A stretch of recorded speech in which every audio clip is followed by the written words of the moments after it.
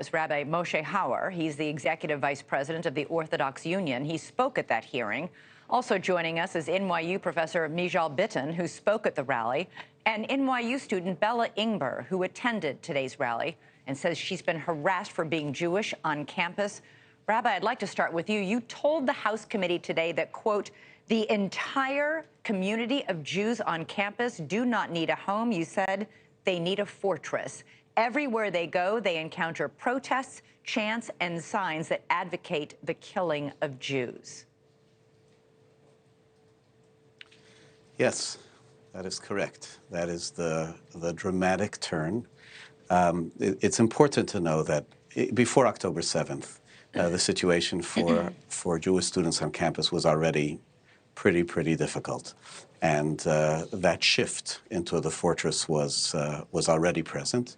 But since October 7th and the incomprehensible response on university campuses, that has become much more magnified and much more intense. Bella, you say that being a Jew at NYU right now is scary, that people are actually chanting, "Gas the Jews," and Hitler was right. Is that really happening? Yes. Crazy as it is to say, that is happening. It's continued across campus at pro-Palestinian rallies that have been hosted in Washington Square Park and various other locations around New York, which is baffling to me considering that New York City holds one of the largest Jew populations in the world. I think I was naive in thinking that anti-Semitism would never reach New York.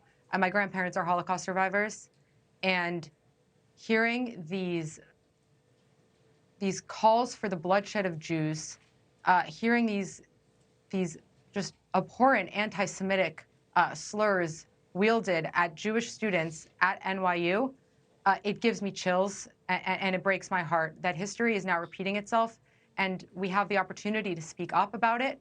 But I mean, the world is silent. My peers are silent. My classmates are silent.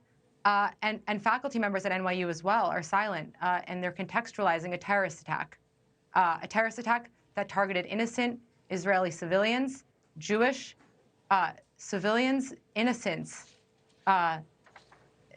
just because they were Jewish. Yeah. There is no world in which that is justified. And the fact that we're hearing it consistently yelled across our campus, it needs to be stopped. Mijal, you were actually, you said something today that really struck a nerve, talking about the fact that these universities are supposed to be places of enlightenment, of debate, of discussion, and certainly not harassment and death threats. Let's take a look at what you said.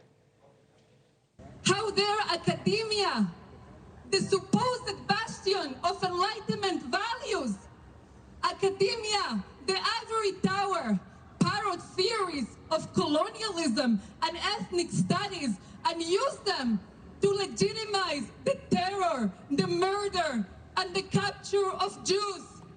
I just want to repeat the last words, Mijal, that you said, that they're using these theories of colonialism to legitimize the terror and capture of Jews. That's pretty powerful. Thank you. Thank you so much for having me. I shared those words a couple of weeks ago at an NYU rally. And really what I was referring to is the fact that you have a large class of intellectuals who are using theories around decolonization and ethnic studies and twisting them in a way to make terribly bankrupt moral statements that lead to the assumptions that Israeli civilians' lives don't matter or that Jewish lives don't matter.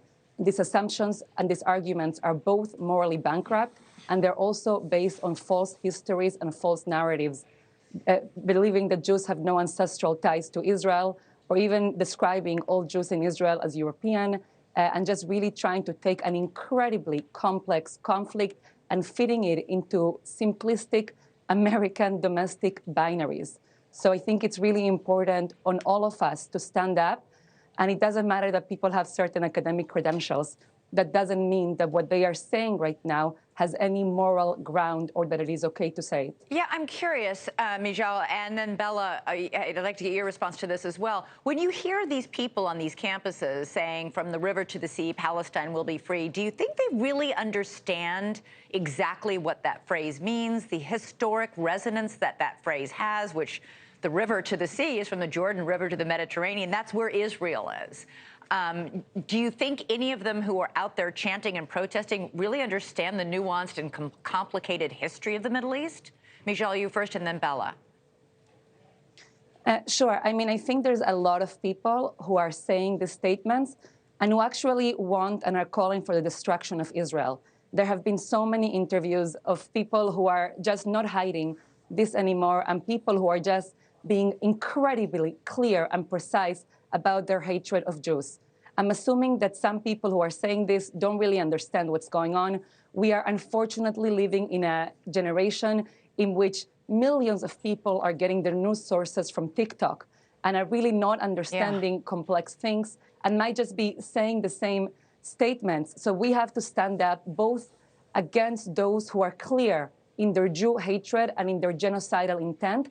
And we also have to figure out, what do we do with so much ignorance and with this really whole generation of college students and at times professors who are just spreading hatred?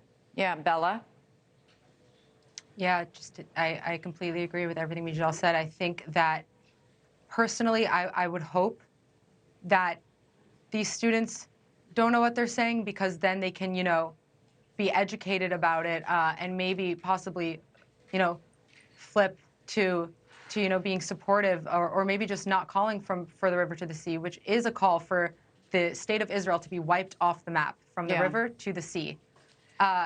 I would hope that they don't know what that means, because the alternative of them knowing what that phrase means and the implications and the violence that those words hold and imply, I mean, that's terrifying. Thanks so much for watching. Go to joinnn.com to find NewsNation on your television provider.